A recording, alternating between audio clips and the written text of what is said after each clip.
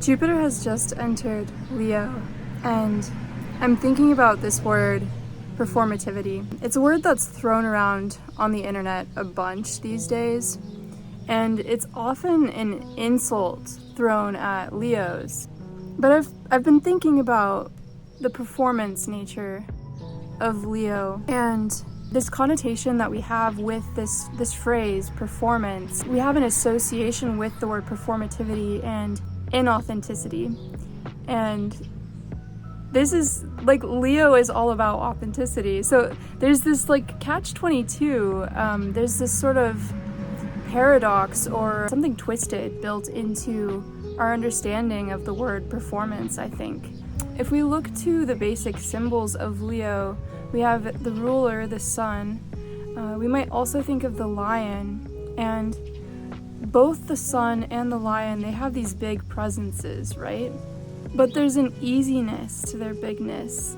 If you've ever seen a lion just panting in the shade or looking out over the land, the sort of stoic look on the lion's face, you know that there's nothing contrived, nothing fake, nothing forced about the presence that the lion brings to itself.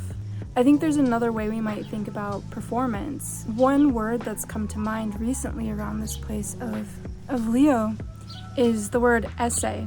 In the word essay, most commonly we're thinking about a style of writing, right? An essay is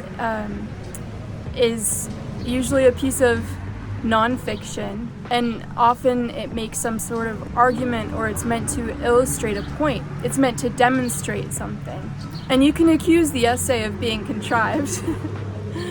But if you've ever written an essay from a genuine place, you know that it's not always the case. Not every essay has been bullshitted. And when we look to the root of the word essay, in Latin it means to try, to make an attempt at something.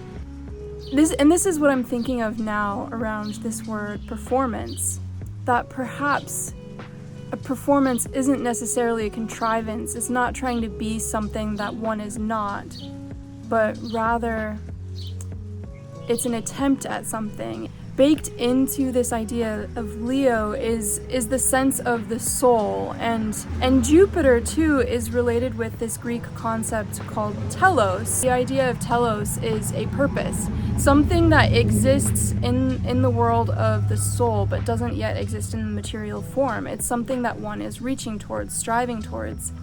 And there's crossover here between the sense of telos and the sun, because what does the sun do? It reaches towards something. It reaches out, it expands outward and gives life, and ultimately enables, like the acorn, to achieve its telos of becoming an oak tree. So when thinking about performance as an essay, as an attempt at something, we might think about rather the way in which we move, we strive towards embodying this sense of telos, this sense of some not yet achieved ideal vision that we can feel it's real, but we want to see it in the world, we want to be it in the world, we want to know what that process is like as it moves through us, right?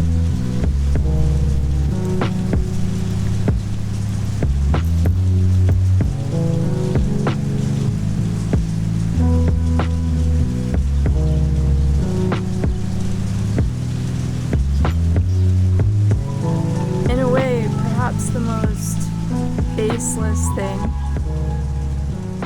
of the Leo archetype is the confidence, because in performing something in this way, you don't yet know if it's going to work. The confidence has to rest in something immaterial, because whatever it is that you're trying could totally fail. But you have to anyways, because it's the only,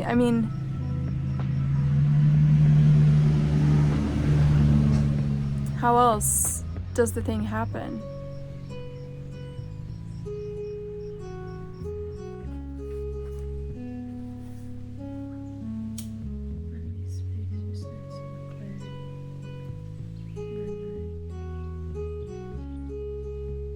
Hello.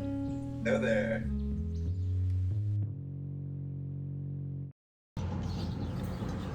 It is Monday evening of the last week of our summer break. Our summer break is a little different than most folks because we do homeschool year-round. And so instead of getting a 3-month summer break, we do a 3-week summer break, which is rather short, admittedly. There's just something about totally unraveling into the abundant chaos of the moment this time of year.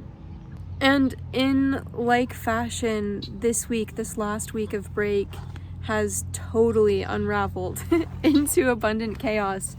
There are so many things on my plate this week, and all of them are really exciting and enlivening, and most of them are not novel writing. But in the spirit of this abundant chaos of the season, and in the spirit of Leo as a laid-back performance, as trying for something but from a place of deep, easy authenticity, I thought I would share with you all a realistic picture of a week in my life.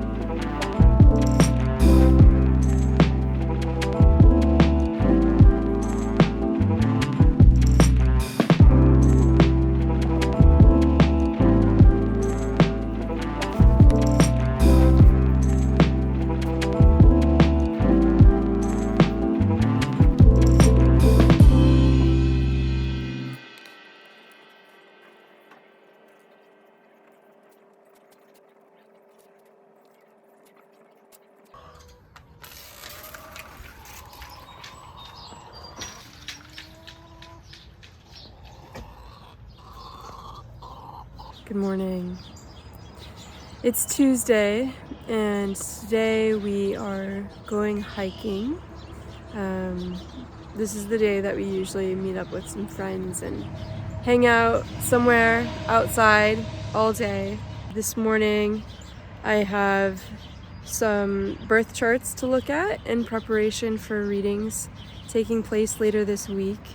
One of the big things that I'm tackling this week is preparing a new reading format. I've got the conceptual structure in place, but now I just have to see if it works in birth chart settings. So I've got some brave volunteers that signed up to help me try out this new run this week. So lots of birth chart readings to do this week.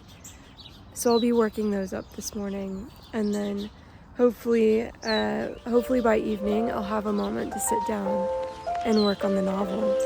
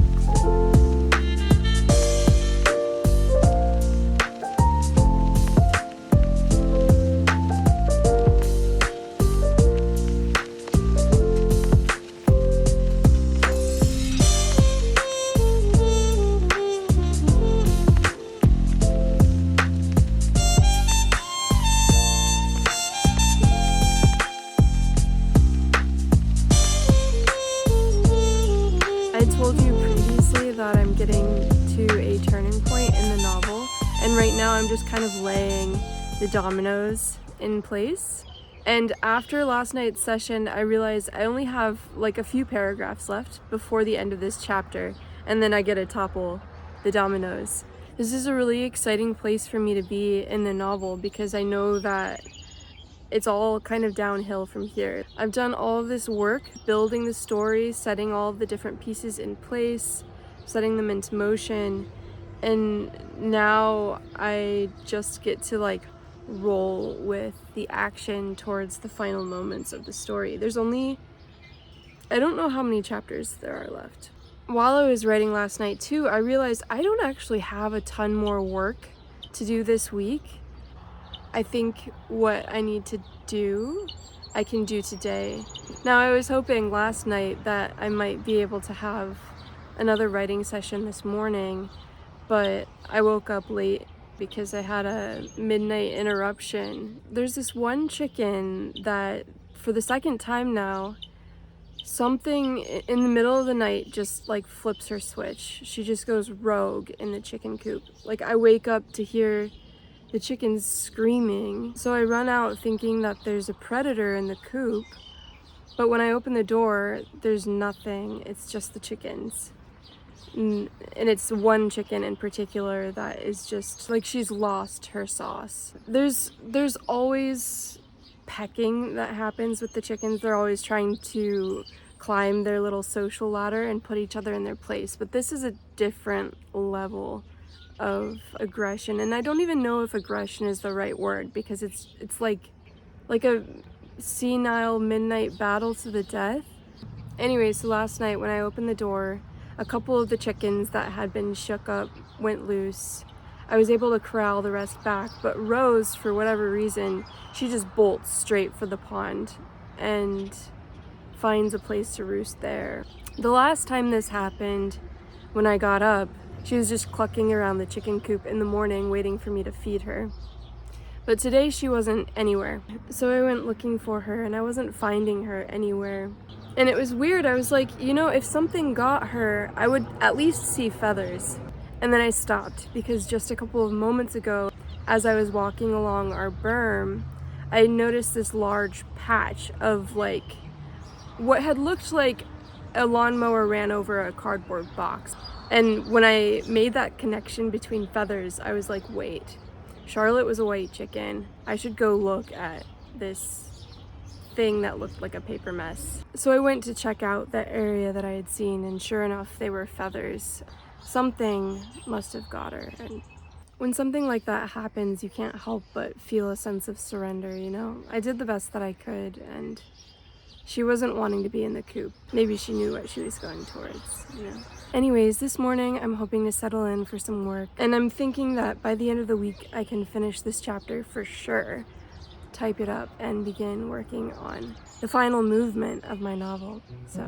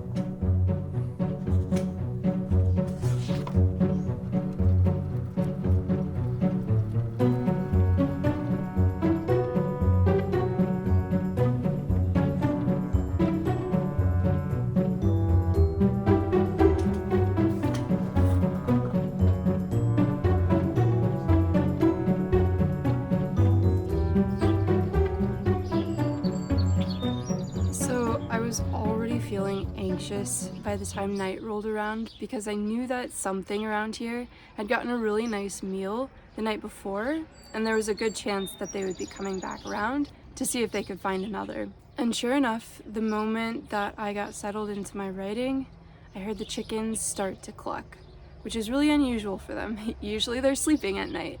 So I went out to the other room, and through that big window I had arrived just in time to see a body slink up into the space between the wire that I lay inside of the coop and the actual roof. So there's a bit of a gap between like the frame of the building and the roof, and I wired the entire top of it. But whatever climbed up into that space did not know this, and it's happened before. It will probably happen again. They just got stuck. Some kind of predator is disturbing the chickens from their sleep, and also if they are given the opportunity, there's a good chance they're going to try and pull apart the wire and get in, right? So I called my husband, and he came with his rake. It's not gory, I promise. Basically, when this happens, he takes the butt end of whatever yard instrument and he pushes the creature out through that gap. It was a raccoon, go figure. My husband got the raccoon out of the coop, but by that point it was like after 10 o'clock. I was really tired from being woken up in the middle of the night before, so I just went to bed knowing that I'd finished all of my work that I need to get done for the rest of this week, and I can spend my mornings working on the book now.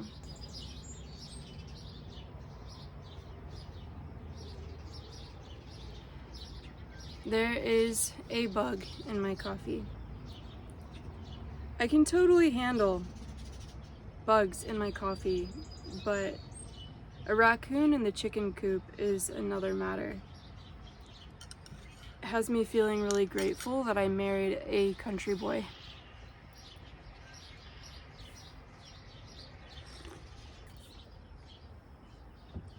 So, slated for this morning, I'm going to finish this image that I need to write.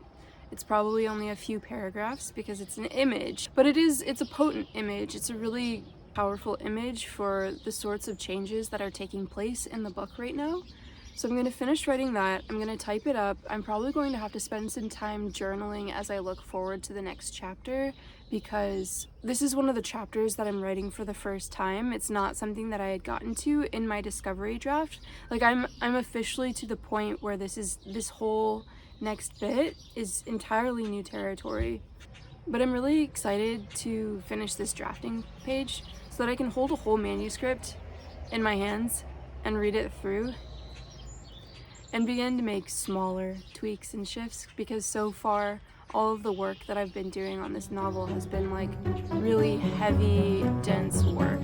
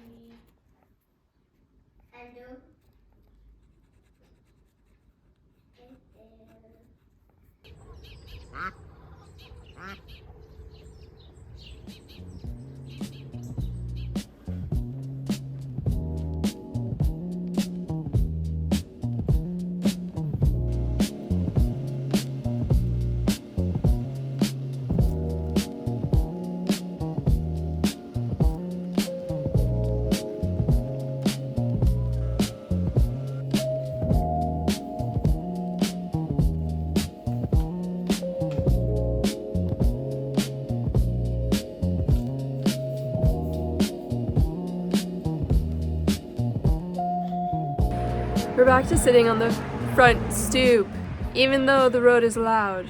Anyways, it's a busy season of life right now, even though we're paused from school, and as I was sitting down to write this morning, there was just like so much other material that I had to get out of the way. Pulled out my processing journal because I knew before I can even start writing this chapter, I need to have like a really solid internal sense of what is even happening and what sort of entry points I want to take in terms of these movements in the story.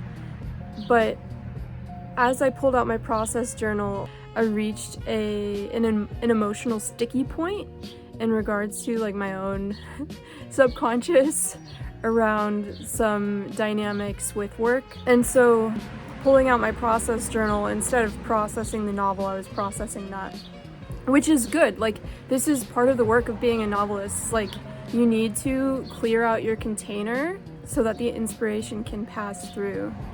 An image that has come up for me recently this week is thinking about the flute and thinking about how air operates. I feel like a lot of my creative inspiration acts like air does, like the spirit entering into one. You know, you break down that word, in spirit, inspire, inspiration. There are a lot of people who talk about this process as being like the breath of divinity passing through you. And so when we approach creativity from this standpoint, rather than trying to like grasp inspiration, hey, it's a cloud fly. Speaking of speaking of symbols, these cloud flies, man, I think this cloud fly just like illustrated the point that I'm trying to make here more than anything else. Oh, I love them so much. But when you approach inspiration from this standpoint, when you understand it not as something that you can achieve or grasp or generate, but rather something that passes through you, something outside of you, some other form of intelligence that can then move through your being, suddenly you realize there's a lot of value in clearing out your own emotional gunk. Like anything inside of yourself that feels stuck somehow becomes a really important thing to work through so that it can move through you as inspiration does.